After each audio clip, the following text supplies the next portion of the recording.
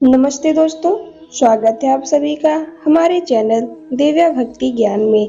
आइए आज के इस वीडियो में हम करवा चौथ की व्रत कथा, पूजा विधि एवं महत्व के बारे में जानते हैं। करवा चौथ की पौराणिक कथा के अनुसार एक समय की बात है जब नीलगिरी पर्वत पर पांडव पुत्र अर्जुन तपस्या करने के लिए गए थे। तब किसी कारणवश उन्हें वहीं रुकना पड़ा। उन्हीं दिनों पांडवों पर गहरा संकट आ पड़ा। तब चिंतित व शोकाकुल द्रौपदी ने भगवान श्री कृष्ण का ध्यान किया तथा कृष्ण के दर्शन होने पर पांडवों को कष्टों के निवारण हेतु उपाय पूछा। तब कृष्ण बोले, हे द्रौपदी, मैं तुम्हारी चिंता एवं संकट का कारण जानता हूँ। उसके लिए तुम्हें एक उपाय करना होगा। जल्दी ही कार्तिक माह की कृष्ण चतुर्थी आने वाली है। उस दिन तुम पूरे मन से करवा चौथ का व्रत रखना।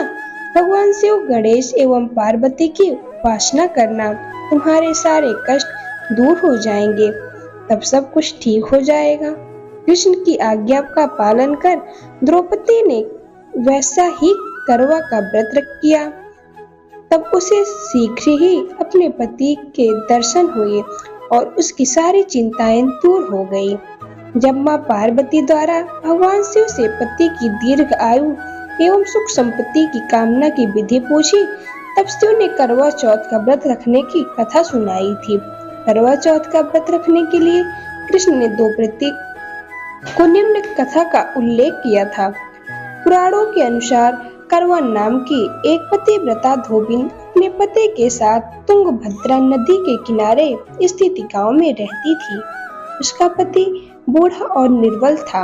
एक दिन जब वह नदी के किनारे कपड़े धो रहा था, तभी अचानक एक मगरमच्छ वहां आया और धोबी के पैर अपने दांतों में दबाकर यमलोक की ओर ले जाने लगा।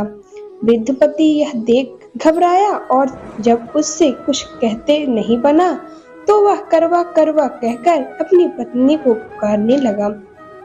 पति की पुकार सुनकर धोबिन वहां पहुंची तो मगरमच्छ उसके पति को यमलोक पहुंचाने ही वाला था। तब करवा ने मगर को कच्चे धागे से बांध दिया और मगरमच्छ को लेकर यमराज के द्वार पहुंची। उसने यमराज से अपने पति की रक्षा करने की गुहार लगाई और साथ ही यह भी कहा कि मगरमच्छ को उसके इस कार्य के लिए कठिन से कठिन दंड देने का आग्रह किया और बोली, हे भगवान, मगरमच्छ ने मेरे पति के पैर पकड़ लिए हैं। भगवान मगरमच्छ को इस अपराध के दंड के स्वरूप में नरक भेज दें। करवा की पुकार सुन यमराज ने कहा, अभी मगर की आयु शेष है, मैं उसे अभी यमलोक नहीं भेज सकता। इस पर करवा ने कहा, अगर आपने मेरे पति को बचाने में मेरी सहायता नहीं की तो मैं आपको श्राप दूंगी और नष्ट कर दूंगी।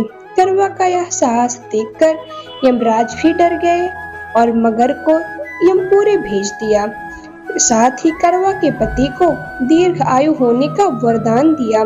तब से कार्तिक कृष्ण की चतुर्थी को करवा चौथ का व्रत प्रचलन में आया है, जिसे इस आधुनिक युग में भी महिलाएं अपने पूरे भक्ति भाव के साथ करती हैं और भगवान से अपनी पति की लंबी उम्र की कामना करती हैं। आइए अब हम करवा चौथ की पूजा विधि के बारे में जानें।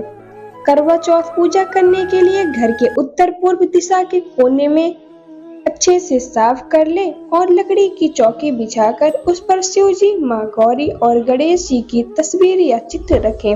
उत्तर दिशा में एक जल से भरा कलश स्थापित करें, उसमें थोड़े से अक्षत डालें। इसके बाद कलश पर रोली अक्षत का टीका लगाएं और गर्दन पर मौली बांधें। 3 जगह 4 पूरी और 4 लड्डू लें। अब एक हिस्से को कलश के ऊपर, दूसरे को मिट्टी या चीनी के करवे पर और तीसरे हिस्से को अब करवा माता के सामने घी का दीपक जलाकर कथा पढ़ें।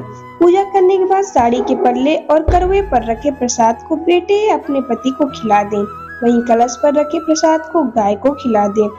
पानी से भरे हुए कलश को पूजा स्थल पर ही रहने दें। चंद्रोदय के समय इसी कलश के सामने जल से चंद्रमा को अर्घ्य दें और घर में जो कुछ भी बना हो उसका भोग चंद्रमा को लगाएं। इसके बाद पति के हाथों से जल ग्रहण करके व्रत का पालन करें। एक थाल में 4 पूड़ियां 13 जगह रखकर उनके ऊपर थोड़ा हलवा रख दें। थाल में एक साड़ी, ब्लाउज और सामर्थ्य अनुसार रुपए रख दें। फिर उसके चारों ओर रोली चावल से हाथ फेर कर अपने सासू जी के चरण स्पर्श कर उन्हें दें। इसके बाद ब्राह्मण को आदर सहित भोजन कराएं, दक्षिणा दें तथा रोली व बिंदी तिलक लगाकर उन्हें विदा करें। दोस्तों, अगर यह वीडियो आपको पसंद आई हो तो वीडियो को लाइक करें और चैनल को सब्सक्राइब करें। धन्यवाद।